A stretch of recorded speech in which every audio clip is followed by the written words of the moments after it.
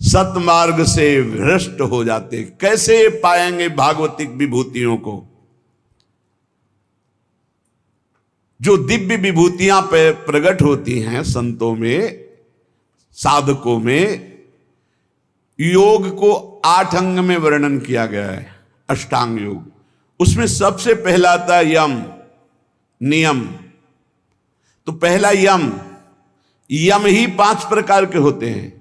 अहिंसा, मन वाणी शरीर से किसी को दुख ना पहुंचाना। सत्य, वचन से सत्य, आचरण सत्य और मनन सत्य। जिसकी मन वाणी और आचरण एक होते हैं उसे योगी कहते हैं। जिसके मन में कुछ और, वचन में कुछ और, क्रियाएं कुछ और, वो भोगी होता है, संसारी। आस्ते, किसी के चोरी न करना। और ब्रह्मचर्य, अपरिग्रह, ये यम है पहला, योग का पहला यम है ये। यम 5 प्रकार, अहिंसा, सत्य, आस्ते, ब्रह्मचर्य, अपरिग्रह। और नियम, शौच, शरीर की पवित्रता, इंद्रियों की पवित्रता, मन की पवित्रता, विचार की पवित्रता, संतोष। जैसी परिस्थिति है, कभी घी घना, कभी मुट्ठी भर चना, कभी वो भी ना बना। तपस्या, काम, क्रोध, लोभ, मोह, मद, मत्सर, इनके ताप को, अंदर की जलन को चुपचाप मौन होकर सह जाना। स्वाध्याय शास्त्रों का, ईश्वर प्रणिधान, अपने इष्ट पर दृढ़ निश्चय, ये नियम है। अष्टांग योग की शुरुआत ही इसी से होती है। यम, नियम, फिर प्राणायाम, प्रत्याहार, ध्यान, धारणा, समाधि। जिसकी नींव में यम नियम है वही अष्टांग योग के महल को खड़ा कर पाता है, और वही यम नियम की परम सिद्धियों को प्राप्त होता है। आजकल जैसा लिखा है, यम नियम से कोई मतलब नहीं, योग का ढोंग किया जाता है। यम नियम ही अहिंसा, सत्य, आस्ते, ब्रह्मचर्य, अपरिग्रह, यम, शौच, संतोष, तपस्या, स्वाध्याय, ईश्वर प्रणिधान, यही पूर्णता को प्रदान कर देंगे। ये बिल्कुल नहीं होते। इसलिए मान, सम्मान, रुपया की प्राप्ति के लिए योग का झूठा नाटक हो सकता है, लेकिन परमात्म समाधि में प्राप्त होने के लिए जो योग है वो यम नियम से प्रारंभ होता है। जिसके जीवन में यम ही नहीं है, नियम नहीं है, वो कैसे योगी हो सकता है? किसी भी मार्ग का पथिक हो, ये दो तो होते ही हैं सब में, यम और नियम। चाहे वो किसी भी मार्ग का, किसी भी संप्रदाय का हो, अगर अहिंसा, सत्य, आस्ते, ब्रह्मचर्य, अपरिग्रह, शौच, संतोष, तपस्या, स्वाध्याय, ईश्वर प्रणिधान नहीं तो है क्या फिर जीवन में? सच्चे बनो, नकली मत बनो। आचरणों की सत्यता ही साधुता की प्रमाणता है। तुम्हारे आचरण कैसे हैं? परम तत्व अनादि है, एक है, सर्वव्यापी है, सर्वाधार है, सर्वनियंता है, सर्वमय है, सर्वमय है। उसके अस्तित्व का अस्तित्व है, उसके प्रमाण को अनुभव करना है। श्री हरिवंश प्रमाण मनम। चेतना तो सब में, चेतनत्व रूप में परमात्मा विराजमान है। आनंद समुद्र सब में विराजमान, कौन डुबकी लगा पा रहा है? इसलिए बस प्रार्थना हम तुमसे कर सकते हैं कि भगवान से चाह करो कि मुझे शुद्ध भगवत प्रेमी महात्मा, शुद्ध ज्ञानी मिल जाए। और जब संत मिल जाए तो संत की आज्ञा पर अपने जीवन को न्यौछावर कर दो। संत सेवा, संत आज्ञा, ये तुम्हें परम पद में पहुंचा देगी। तुम संत को तौलने की चेष्टा मत करो। तुम्हारे पास तराजू नहीं, कबाड़ तोलने वाले से सोना, चांदी, हीरा, जवाहरात नहीं तोले जाते। तुम्हारी बुद्धि कबाड़ है जो त्रिगुण माया से युक्त है। त्रिगुणातीत स्थिति वाले महात्माओं को क्या जान पाओगे? संत जिससे तुलते हैं वो तुला ही तुम्हारे पास नहीं, वो तराजू ही नहीं है। श्रद्धा और भक्ति और विश्वास के द्वारा तुम उनके रहस्य को जब वो बताना शुरू करेंगे तब जान जाओगे। इसलिए केवल तुम आज्ञा पर रहो। जिस समय तुम किसी भी संत के थोड़े अंश को जान जाओगे कि ये क्या है, तो तुम चकित और आश्चर्यचकित होकर गर्व करोगे कि भगवान की अपार कृपा, मुझे ऐसे महात्मा का संग मिला। जिन बातों को तुम असंभव मानते हो, जो तुम्हारी धारणा में भी नहीं है, जो तुम कल्पना से भी नहीं सोच सकते, उससे बहुत आगे संत स्थिति होती, जिसे संत कहते हैं। अविश्वासी, अश्रद्धालु, अज्ञानी, ये लाख बताया भी जाए तो ये नहीं मान सकते हैं, क्योंकि मानने के लिए जो स्थिति चाहिए वो श्रद्धा। बिना श्रद्धा के प्रथम हृदय श्रद्धा जो करे, आचार्य जन जाय अनुसरे, जहां जहां हरिवंश के। श्रीमद् भगवद गीता जी में श्रद्धावान लभते ज्ञानम तत्परा संहितेन्द्रिया। श्रद्धा, श्रद्धा। मोह में फंसी हुई बुद्धि संत का प्रमाण पत्र चाहेगी। दुनिया की चाहे जितनी बुद्धि लगा लो, जहां उनकी स्थिति वहां पहुंच ही नहीं सकते। वहां पहुंचने के लिए सर्टिफिकेट की आवश्यकता नहीं है, वहां पहुंचने के लिए मन बुद्धि को अर्पित करने की जरूरत है। मन बुद्धि को अर्पित कर दो संत सदगुरुदेव के चरणों में, धीरे धीरे जान जाओगे। संत ब्रह्म है, ब्रह्म स्थित ही संत है। ब्रह्मपरायण, ब्रह्ममय, ब्रह्मज्ञानी, परमात्मा, बहुत बड़ी बात कर, परमात्मा के वो आश्रय हैं, परमात्मा हैं, परमात्मा के प्यारे हैं, परमात्मा के शिष्य हैं, परमात्मा के आश्रित हैं, परमात्मा के आश्रय हैं। संत भगवान की दिव्य नित्य लीला में डूबे रहते हैं। संत भगवान की नित्य लीला के यंत्र है। भगवान उनके लीला में हृदय में बैठकर लीला करते हैं। ऐसे संत जिसको प्राप्त हो जाते हैं, फिर भगवान की प्राप्ति के लिए उसे कोई प्रयत्न नहीं करना पड़ता। भगवान की अमोघ दया से ऐसे संत मिलते हैं। संतों का मिलन, संतों की दृष्टि भगवान से भी मिलन से बढ़ करके है, क्योंकि भगवान के प्रेम की बात भगवान कभी अपने मुख से वर्णन नहीं करते।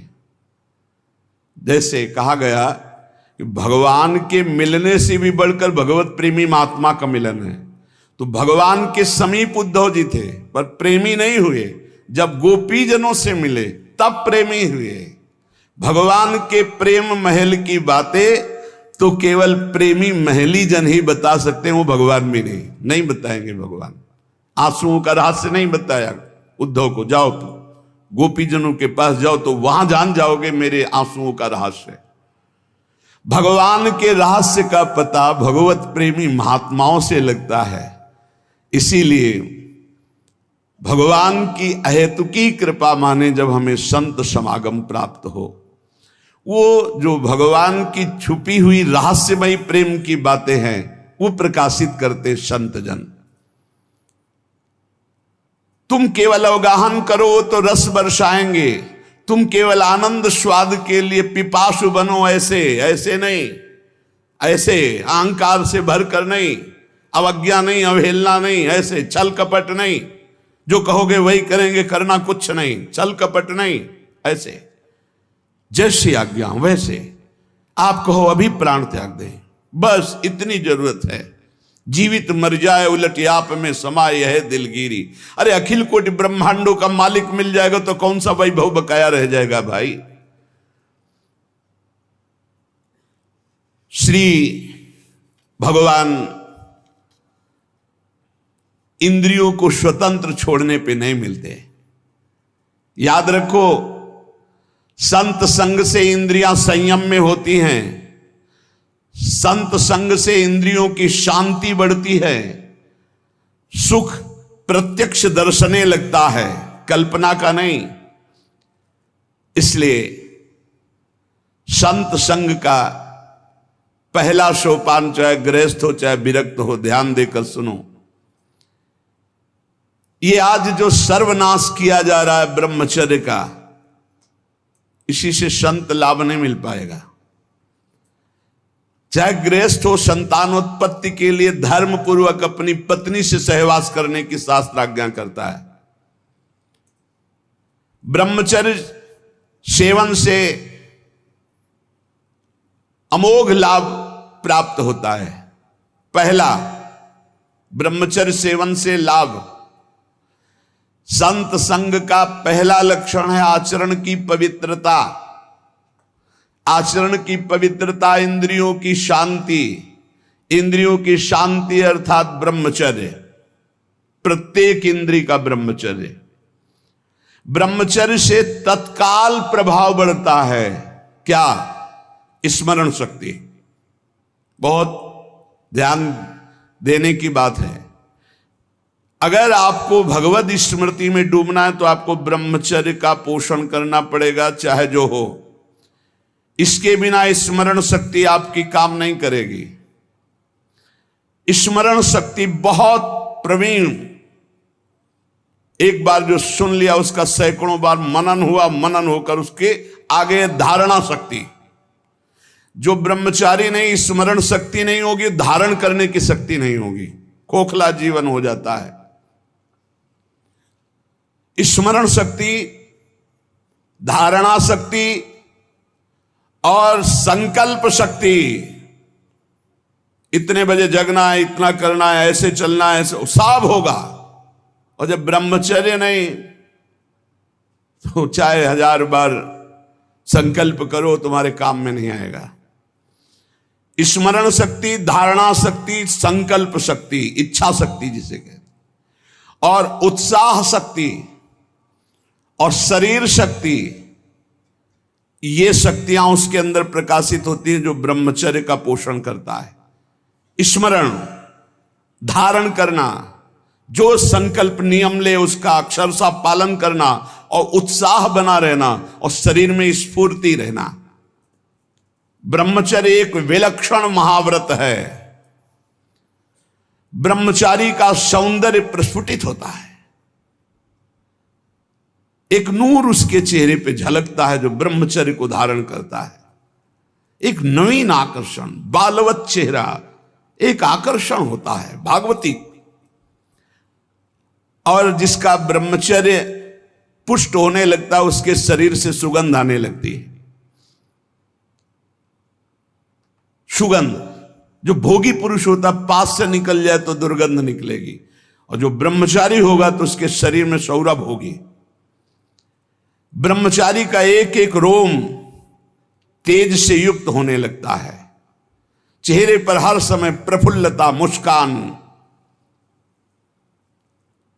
उसका हृदय नंदन वन हो जाता है, आनंदवन।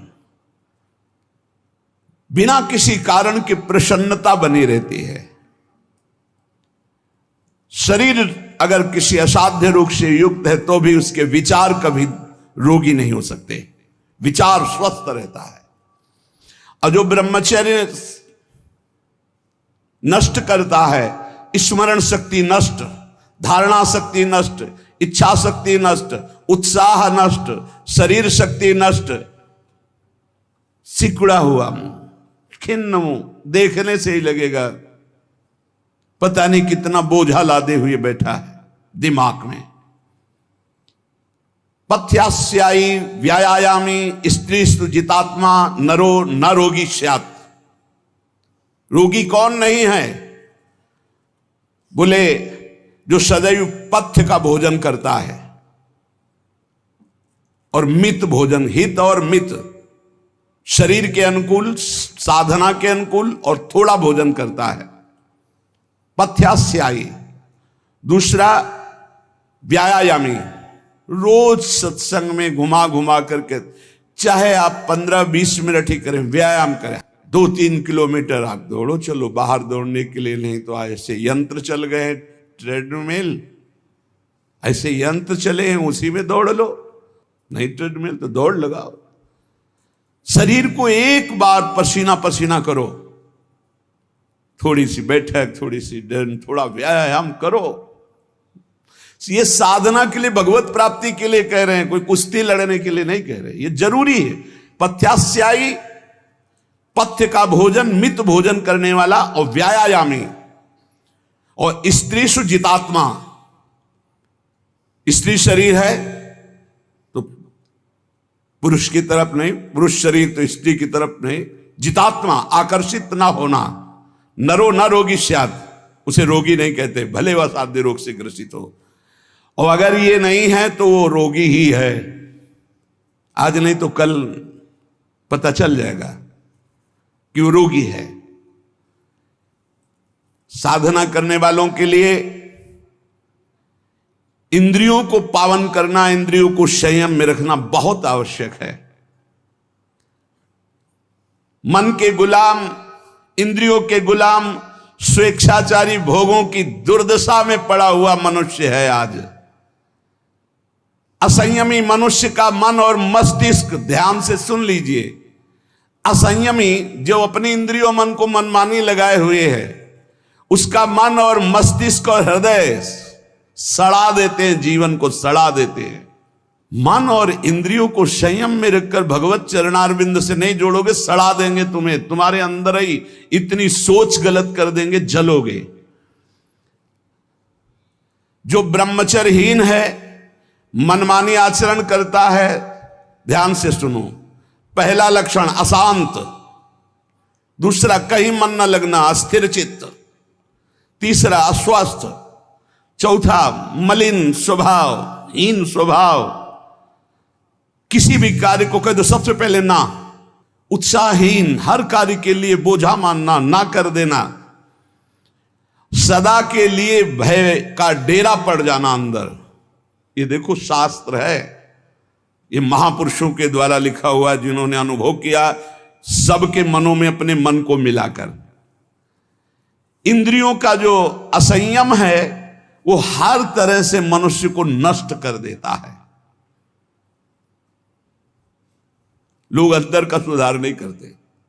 जहां जहां असंयम है वहां वहां अशांति है, दुख है, बेविचार है, संयम विहीन जीवन, शुष्क उदासहीन पशुवत जीवन है। पूर्ण ब्रह्मचर्य तो देश का, समाज का, आत्मा का, सबका परम लाभ, अपना परम लाभ। चाहे गृहस्थ हो चाहे विरक्त, जरूरी है अपनी शक्ति को नष्ट करना, आवश्यकता के अनुसार धर्मयुक्त प्रयोग तो ठीक है।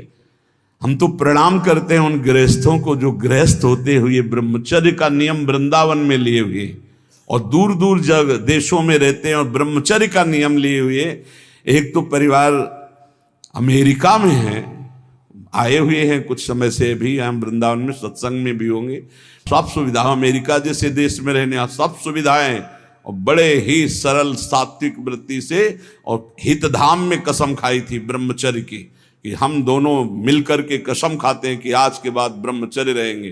कैसा जीवन! अपने तो कितने ऐसे परिवार हैं, हम तो उनको प्रणाम करते हैं जो एक साथ पति पत्नी रहकर संयम पूर्वक जीवन व्यतीत कर रहे हैं। बलिहारी भगवान की असीम कृपा है, जिसके संग का डर बना रहता उसी संग में रहकर दोनों निकल गए। कितनी बड़ी अहेतुकी कृपा! ये है आश्चर्य, यह है आश्चर्य। रात दिन एक साथ रह रहे हैं, फिर भी कसम खा के ब्रह्मचर्य रहे हैं। कितनी अपार कृपा श्री जी की! कैसा मन हो कर देती है श्री जी, नहीं तो बहुत कठिन है, बहुत कठिन है। वही जानते हैं जो इस मार्ग में चलते हैं।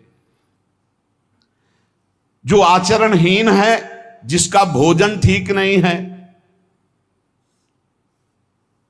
अब लाख बार कहा जाता है सतोगुण भोजन करो, सात्विक भोजन करो। बाजार का ये अमुक चीज आनी चाहिए। कितने ऐसे बाजार की पैकिंग की चीजें निकलते हैं जिसमें कीड़ा रेंगते हुए चलते हैं। आप फिर पता नहीं कौन सी बुद्धि लोगों में फैल रही है कि घर का दाल रोटी बना करके नहीं खाएंगे, बाजार का आना, ऑनलाइन आना चाहिए। ऑनलाइन में हो जाओगे, हाँ ऑनलाइन में ही चले जाओगे। बहुत समझो सावधान, खान पान, नहीं तो ऑनलाइन में बुद्धि घूमेगी। श्री जी में चित्त लगाने के लिए थोड़ा ऑनलाइन से हटो, थोड़ा सा अपने चित्त को सुधारो। हम कह रहे हैं जबान में अगर सात्विक भोजन केवल जाएगा तो भजन में बहुत रुचि होगी, संयम से रह पाओगे। ये बावरे नहीं थे पुराने संत महात्मा जन की जो सात्विक ब्रजवासियों का अन्न या भिक्षान्न या सात्विक, देखो 10 दिन केवल देखो, शुद्ध दाल रोटी पाओ, मूंग की दाल वाली रोटी पा लो, फिर आप देखो भजन करके, और 2 दिन जरा इधर उधर होटल का पाके देखो, फिर देखो कैसा है।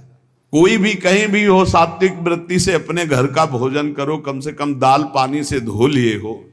और वैसे तो शुद्ध क्या रह गया, इतने केमिकल गेहूं में डाले जाते हैं, वो सब आकर के शरीर के ब्लड प्रेशर को, हृदय को, कई तरह के रोग पैदा करें। अब किसको किसको समझावे। गाय के गोबर आदि से जो फसल होती थी, बहुत 8 मन या 10 मन होते थे। हम किसान के घर में पैदा हुए तो हमें पता है। अब 40 मन 50 मन होती है। तो जब 8-10 मन पैदा होती थी तो सरकारी अस्पताल के बाद स्कूल हमारा था, तो सरकारी अस्पताल के डॉक्टर आते थे, बीच मैदान में कुर्सी डाल के बस हवा खाते रहते थे, कोई मरीजे नहीं होता था। गांव में बुखार आया, 2-4 दिन काढ़ा पिया, ठीक हो गए, अस्पताल जाने की जरूरत नहीं होती थी। और आज अस्पताल में आप चले जाओ तो भीड़ लगी हुई है। क्यों? सब खान पान बिगड़ा हुआ है। तो जो ब्रह्मचर्य पालन करता है, रोग से लड़ने की सामर्थ्य आती है, शोक स्पर्श नहीं कर सकता, मोह पर विचार करने की सामर्थ्य आती, प्रमाद स्थिति नहीं रहती, अकर्मण्यता नहीं रहती, अकाल मृत्यु नहीं होती, ब्रह्मचारी कभी विचारों से दरिद्र नहीं होता है, चिंता नहीं होती, उसके हिंसात्मक वृत्ति नहीं होती, द्वेष नहीं होता, ईर्ष्या नहीं होती, अशांति नहीं होती। ब्रह्मचर्य समस्त दोषों का नाश कर देता है। तमोगुण रजोगुण का विकार, काम क्रोध लोभ मोह मत्सर अभिमान, इन शत्रुओं को पराजित करने के लिए, आत्मा आनंद में स्वराज्य पर स्थित होने के लिए इंद्रियों का संयम ब्रह्मचर्य अत्यंत आवश्यक है। ब्रह्मचर्य का विमल प्रताप प्रकट होता है। वीरवान बलवान होता है, विद्वान होता है, तपस्वी होता है, मनस्वी होता है, त्यागी होता है, तत्व चिंतन परायण होता है। ब्रह्मचर्य में अलौकिक अमानुषिक शक्ति जागृत हो जाती है। अमानुषिक ऐसा कैसे हो सकता है? हो सकता है क्योंकि ब्रह्मचर्य है, क्योंकि भगवत मार्ग का पथिक है। उस शक्ति, उसकी शक्ति के सामने संसार को आश्चर्य असंभव जान पड़ता है। देश का अभ्युत्थान, अपना अभ्युत्थान, समाज का अभ्युत्थान एक ब्रह्मचारी ही कर सकता है, व्यभिचारी नहीं। तो ये मूर्ख लोग ये नहीं समझते कि तुम इंद्रियों की गुलामी स्वीकार करते हो या स्वतंत्रता, मन की गुलामी स्वीकार करते हो या स्वतंत्रता। स्वतंत्रता किसे कहते हैं अभी जाना नहीं। मनमानी आचरण को तुम स्वतंत्र कहते हो कि मैं जो चाहूं। कितने मिनट स्वतंत्र हो जरा देखो, 1 सेकेंड भी नहीं। हर वृत्ति तुम्हें गुलाम बनाए हुए है। क्या इंद्रियों का गुलामी कभी स्वतंत्र हो सकता है? विचार करो, स्वतंत्र कौन है? स्वतंत्र है जो संयमी है, संतोषी है, जितेंद्री है। याद रखो, ब्रह्मचर्य सेवन ही प्रभु प्रेम और आत्मज्ञान की नींव और स्वच्छ मार्ग है। शरीर में सहने की सामर्थ्य ब्रह्मचर्य से आती। गर्मी सर्दी बरसात मान अपमान निंदा स्तुति, ये ब्रह्मचर्य से सहने से। ब्रह्मचारी को सबसे पहले अपनी रसना पर नियंत्रण रखना आवश्यक है। जबान पर, जबान बिगड़ी सब बिगड़ा। गंदे आचरण वाले, जिनको पवित्रता का ज्ञान नहीं, जिनको केवल अर्थ पिशाच हैं, नाना प्रकार की अपवित्रताएं करके तुम्हें भोजन परोसते हो, गरम गरम तुम्हारे सामने आया, तुम अमृत समझ के खा रहे हो, तुम्हारी बुद्धि नहीं खराब हो जाएगी? सबसे पहले सतमार्ग में चलने वाले को इस रसेंद्री को मारना होता है। रसेंद्री, ये जीत गए, सब जीत गए। और इस मार्ग में सबसे ज्यादा इसी को दुलार करने का अवसर मिलता है। जहां निमंत्रण होगा वहां चक्क होगा, बस को खाओ और चौपट करो अपनी साधना, अपने परमार्थ को चौपट कर दो। खाना ही मृत्यु है और खाना ही जीवन है। जो पवित्र भगवद अर्पित मित आहार करता है वो अपने जीवन को भागवतिक बना लेता। कितना खाओगे? याद रखो, परमार्थ में चलने के लिए रसेंद्री को बहुत शासन में जरूरत है, बहुत शासन की जरूरत है रसेंद्री में। अगर रसेंद्री आपकी छूटी हुई है तो कोई भी इंद्री आपके कब्जे में आने वाली नहीं। भोजन किया जाता है जीवन रखने के लिए, प्राणों का पोषण। और आप ये समझो जैसे आप 400 ग्राम अन्न पा लिए तो आपकी जीवनी शक्ति उसमें पचाने में कम लगेगी और आपके चिंतन में ज्यादा लगेगी। 800 ग्राम डाल लिया। एक दिन सुना था 24 घंटे में एक मानव शरीर को स्वस्थ रहने के लिए 400 ग्राम अन्न की जरूरत होती, बस। इसके बाद तो ऊपर ओवरलोड करना है। इतनी हानि है, आप नहीं समझ पा रहे, रोगों का घर बढ़ा रहे हो। थोड़ा भोजन करो, सात्विक भोजन करो, और ऐसा भोजन करो जिसमें तेल आदि गरिष्ठ पदार्थ ज्यादा न हो, तो आपकी जीवनी शक्ति बढ़ेगी। आप उसी जीवनी शक्ति से भजन करेंगे। भजन में मन क्यों नहीं लगता? आप देखो, एक दिन खा के अच्छे और एक दिन 2 रोटी खाओ केवल हमारे कहने के अनुसार, कि आपको लगे कि हाँ भूख लगी अभी, और बस छोड़ दो, फिर आप भजन में लगो, देखो कैसी वृत्ति जाएगी, सतोगुणी। चंचलता मन की तभी रुकती है जब सात्विक भोजन होता है। नेत्र की चपलता, बार बार इधर उधर देखना, कानों की चपलता, प्रपंच की बात सुन, हर इंद्री का ब्रह्मचर्य हमें चाहिए। तो बहुत लाल मिर्च वाला गर्मा गर्म, ये ब्रह्मचर्य के लिए सब हानिकारक। उत्तेजक भोजन नहीं, उत्तेजक दृश्य नहीं, उत्तेजक बातें नहीं, तभी संयम से चला जा सकता है। प्रतिदिन एकाग्रता पूर्वक कुछ सदग्रंथों का स्वाध्याय सबको करना चाहिए, सत्संग सुनना चाहिए, परम पवित्र महाभागवतों के चरित्र पढ़ने चाहिए, सरलता पूर्वक विश्वेश्वर भगवान की प्रार्थना, उनका नाम जप करना चाहिए।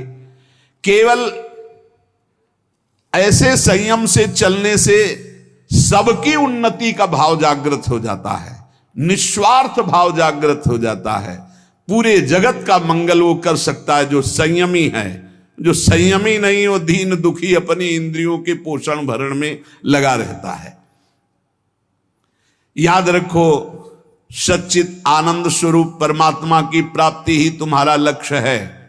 वो अमृतानंद शांत समुद्र तुम्हारे हृदय में है। तुम्हें लगना पड़ेगा इस मार्ग में, तुम्हें प्रयत्न करना पड़ेगा। वो प्रयत्न गुरु कृपा से, भगवत कृपा से है, ये मानना होगा, नहीं तो अहंकार हो जाएगा। नमा ऋषिभ्या पूर्वजेभ्या पूर्वेभ्या पथिकृतभ्या, ये महामोह में ज्वाल में मैं उन ऋषि मुनियों को नमस्कार करता हूं जिन्होंने हमको ये मार्ग पूर्व में अनुभव करके बताया है। देखो, जैसे तुम्हारे मन की क्या वृत्ति है ये जानना हो, पूरे जगत के मन की क्या वृत्ति है ये जानना हो, तो थोड़ी देर मन को किसी विषयी पुरुष में तदात्म किया जाता है। फिर उसकी जो मन की तरंगे हैं वो सब मन में आती, तब होता है अच्छा ऐसी स्थिति। तो लगता है महात्मा लोग कैसे जानते बिना अनुभव किए? संसार का तो अनुभव नहीं किए, इनको तो संसार का अनुभव, फिर जानते कैसे? वो तुम्हारे मन में जानते हैं। तुम्हारे मन में जो चल रहा, मन को मन में मिलाया और 1 मिनट में सब जान लिया। और वो फिर जब बोलते तो हाँ हाँ ऐसा ही चलता है, ये तो आश्चर्य की बात है, तो ये तो हमारे मन की बात है, क्योंकि तुम्हारे ही मन की बात वो जान करके बोल रहे हैं। जो संतों पर श्रद्धा और विश्वास करता है उसी का कल्याण होता है। और आप कहते हैं संत समान भाव से सबका कल्याण करते हैं। मुझे इस बात पर दोष दिखाई दे रहा है। प्रश्न करता तो यहां उत्तर दे रहे हैं कि श्रद्धा और प्रेम की कमी के कारण यद्यपि संतों की सब पर बराबर कृपा होती है, पर जिसके श्रद्धा और विश्वास की कमी होती है तो वो दोष ही देख पाता है, संतों पर गुण दर्शन नहीं कर पाता। जैसे सूर्य बिना किसी पक्षपात के सबको समान प्रकाश देते हैं, पर दर्पण में प्रतिबिंब पड़ता है और सूर्यकांत शीशा में भी सूर्य का प्रकाश पड़ता है, तो दोनों में अंतर है। दर्पण में केवल एक चमक भर आएगी और सूर्यकांता शीशा में आग पैदा हो जाएगी। उसके ऊपर आप कागज कुछ रखो, आग पैदा कर देगा। ऐसे ही कोई इसमें सूर्य का दोष नहीं कि उस दर्पण में कम प्रकाश दे रहे हैं, उसमें ज्यादा दे रहे हैं। इसी प्रकार संत बराबर कृपा करते हैं, पर श्रद्धा और विश्वास जिसमें संतों के प्रति है वहां ज्यादा कृपा प्रकाशित हो जाती है। और जो कम श्रद्धा वाले होते हैं उनको कम लाभ मिलता है, और जो बिल्कुल श्रद्धा नहीं है तो उनको लाभ ही नहीं मिल पाता है। संतों के पास उनको फिर जब श्रद्धा ही नहीं तो लाभ नहीं मिल पाता। जैसे दर्पण का उदाहरण दिया, शीशा का, एक शीशा केवल थोड़ा तेज पलटकर दूसरे के तेज पड़ेगा, और एक शीशा पलटकर आग पैदा कर देगा, सूर्यकांत शीशा। सूर्य सबको स्वाभाविक प्रकाश देता है, पर उल्लू बिल्कुल प्रकाश का लाभ नहीं ले पाता है। तीन बातें कही, जैसे दर्पण और सूर्यकांत शीशा और ऐसे समान भूमि, वो पलटकर समान भूमि थोड़ी प्रकाश दे सकती है। ऐसे